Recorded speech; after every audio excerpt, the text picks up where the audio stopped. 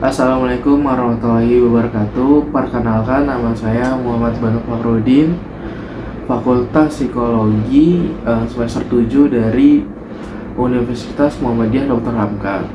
Di sini saya akan membuat video mengenai religiusitas. Jadi kita akan membahas mengenai religiusitas. Kita akan sharing mengenai religiusitas itu apakah perlu kita munculkan dalam keseharian kita, dalam hidup kita, atau dalam kita bersikap.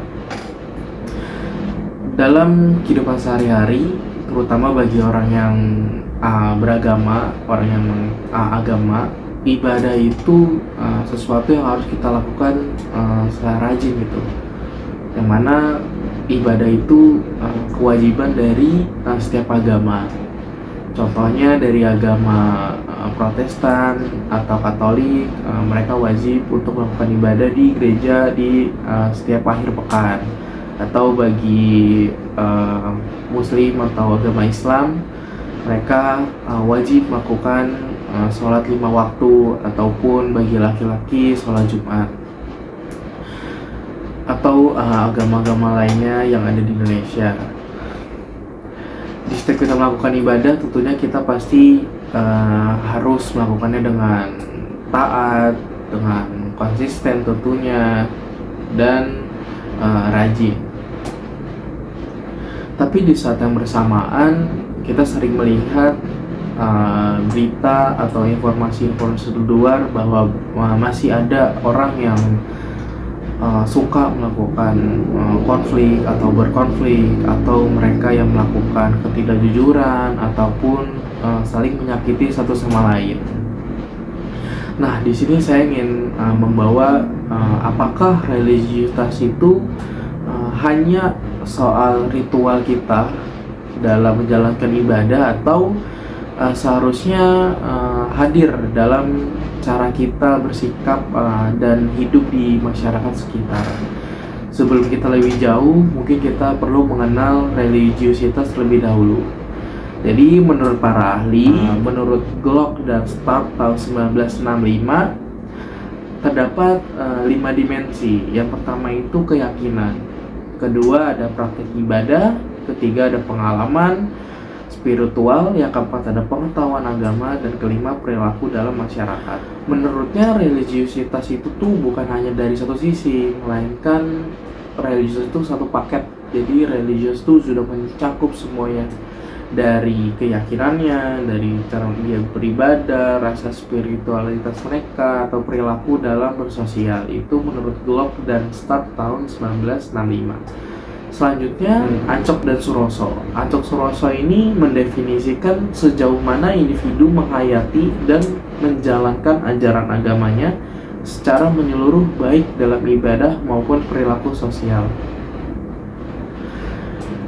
Dari kedua, menurut para ahli tersebut, kita dapat simpulkan bahwa religiusitas itu tuh sejauh mana seseorang dapat menyerap atau bahasa lainnya itu bisa menginternalisasikan ke dalam dirinya dari nilai-nilai ajaran yang diterapkan untuk kehidupan sehari-hari. Lalu bagaimana religiusitas itu berpengaruh pada konflik dunia nyata? Karena realitanya sendiri di dunia nyata itu sering memberikan tekanan yang bertentangan dengan ajaran agama. Disinilah religiusitas itu diuji.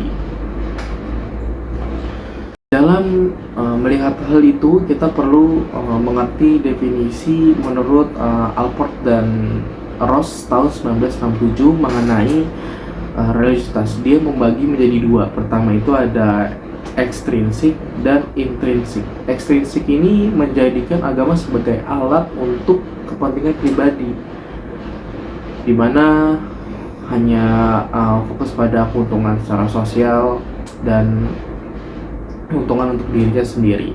Contohnya dalam membentuk citra. Untuk orang yang religiusitasnya ekstrinsik, mereka itu rajin ibadah ke masjid masjid ataupun ke gereja setiap hari, ataupun setiap akhir pekan wajib mengikuti kegiatan-kegiatannya.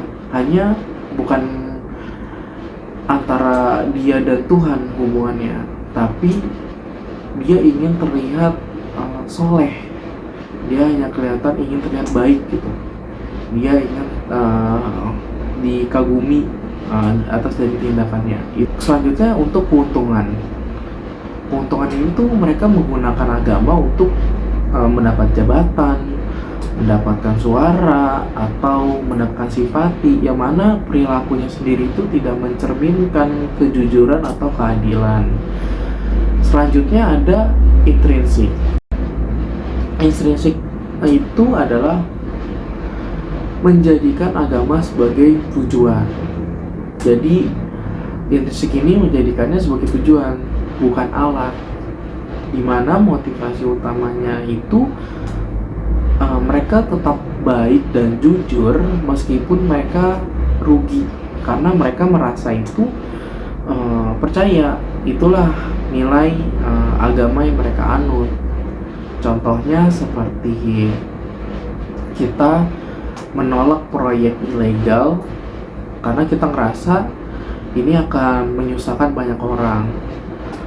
Karena proyek itu dari atasannya, dia akan mendapat rugi, entah dia akan dipindahkan atau mungkin dia akan dipecat.